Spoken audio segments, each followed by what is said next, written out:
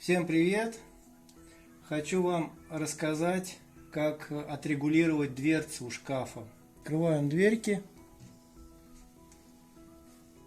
Отвечает за поднятие и опускание вот эти два болтика, когда откручиваешь. Вот этот болтик, когда откручиваешь, регулируешь дверь на себя от себя. То есть вот так сюда, туда, туда, сюда, вот так вот. Вот этот вот третий болтик, последний, он регулирует дверцу вот так в сторону, в эту или в эту.